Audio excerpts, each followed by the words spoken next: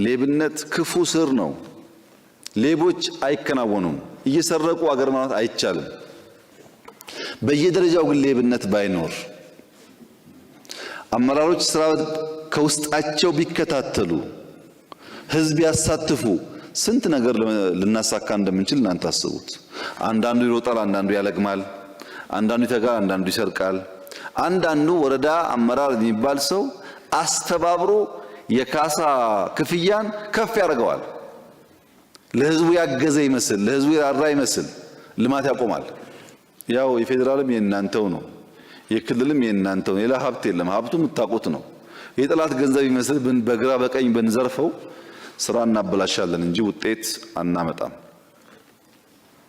የምናለማው የምንሰራው የኛን ሀገር ነው። ሰው ሀገር ተለምነን የምንሰራው ስራ ሳይሆን ኢትዮጵያን ነው የምናለማው።